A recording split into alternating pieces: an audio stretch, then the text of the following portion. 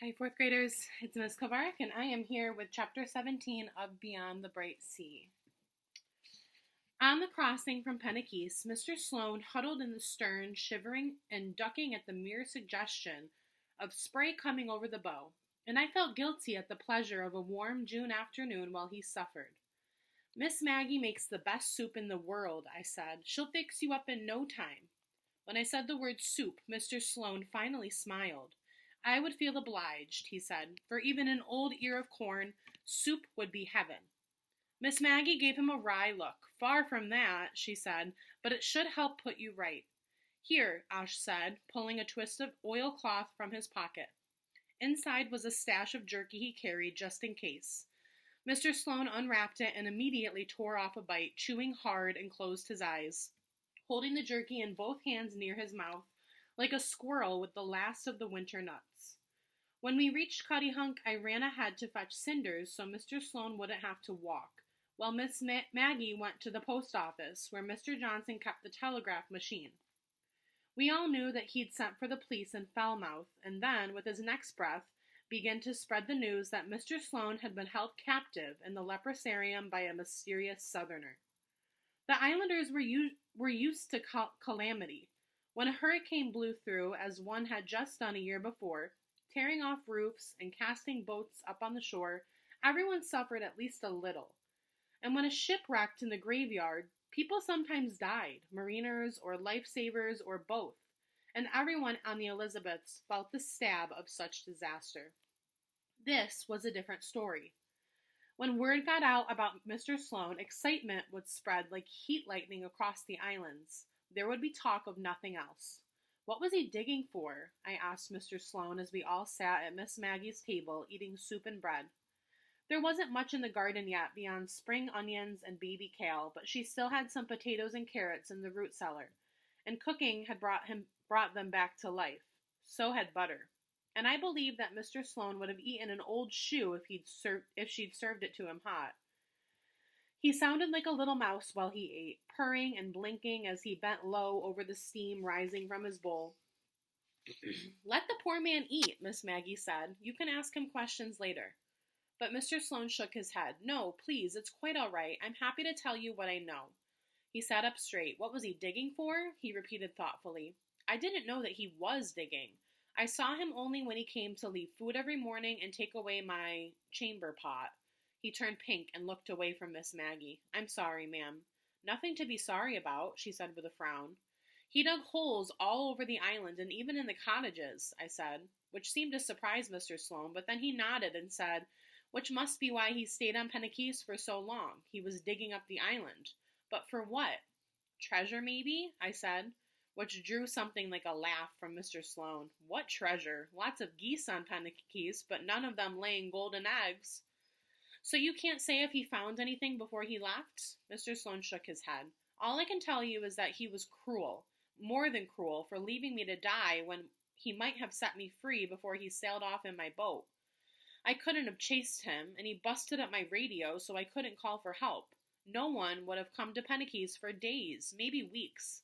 He would have gotten clean away. He swallowed hard, and I was afraid he might start to cry again. That's enough now, Miss Maggie said. But Mr. Sloane held up his hand and said, Oh, I'm all right. A little talk won't do me any harm. She nodded to me and spooned up some more soup. You don't know anything more about him? I asked. He paused, looking back. I can tell you what he asked me. When we first landed on Penaquis, he pulled me ashore and to the top of the bluff by the pier there, and said, Where did she live? Where did who live? I asked.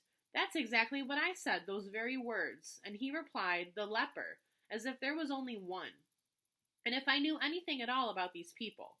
He raised his eyebrows and shook his head. It was long after they left before I went over to live. And then what happened? I asked. I told him I didn't know a thing about the lepers except where they'd lived and died. I showed him both places, the hospital and the cottages, the graveyard, and then he looked around at me and back and said, What about the nurse? Mr. Sloane shook his head again. I think he was a bit daft, or he just didn't understand that I hadn't been there when the others were. I told him that. I told him again that I didn't know anything about a nurse or the lepers or anything else about any humans who ever lived on Penaquis, period. Mr. Sloane ate the last of his soup and bread and leaned back with a sigh. But that wasn't good enough for him. At this point, Miss Maggie fetched some bandages and told Mr. Sloane to roll up his pant legs so she could have a look at his scrapes. Ash and I grinned at each other as he tried to pull her off and she bullied him into it. "If you insist," he finally said, baring his knees. I washed out my bowl and stood in the doorway waiting for Ash, but he tipped his chin at me and said, "Go on home. I'll be staying here." Miss Maggie looked at him curiously. "In the barn," he said, turning his hands. "I'll be fine," Miss Maggie said. "Just the same," Ash said. Mr. Sloane closed his eyes and began very softly to snore. "Help me get him to bed, and I promise you he'll sleep till morning," she whispered. "Just the same," Ash said again. "I'll be nearby if you need anything." He came to stand with me. "Will you be all right by yourself?" To be honest, I didn't much like the idea of being alone like that, and I nearly said so, but I did like how Ash wanted to look after Miss Maggie, and I did like how he knew I could look after myself. "I'll be fine," I said. I touched his sleeve. "Will you come home in the morning, or will I come to you?" He put his hand on my head. "I'll be home at first light," he said. I had never said such a goodbye to Ash, but I said it now and went out through the door without him. It was odd to spend the night alone on our island. Mouse tried to take Ash's place by staying very little and sitting very quiet among his painting things. I lit a lantern when it got dark and carried it with me wherever I went, which wasn't very far in such a small place. My bed was in one corner, Ash's in another. The rest of the space was for cooking and sitting, a table and an easel. Our wash tub, where we occasionally did a proper laundry, followed by a proper bath, was outside. So was our fishing gear and everything else. I sat by the cold fireplace and considered reading a book, but I'd read everything I had. I thought about practicing my sums, but that seemed a poor way to spend this unusual solitude. What, I wondered, was best done alone? That, I decided, was what I should do. But there was nothing I could do that was not better with Ash there.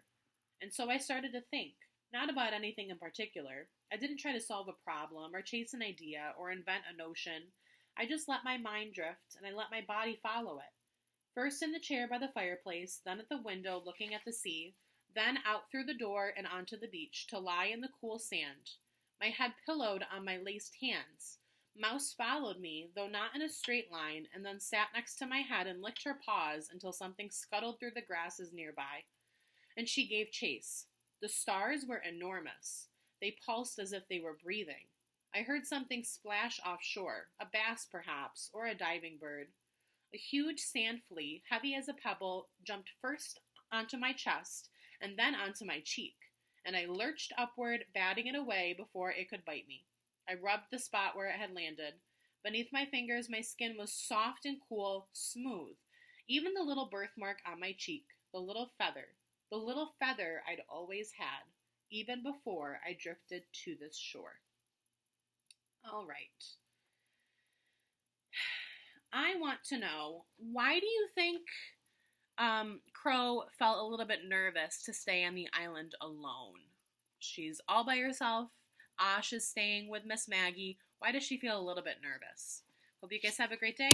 I'll see you tomorrow. Bye, Adams.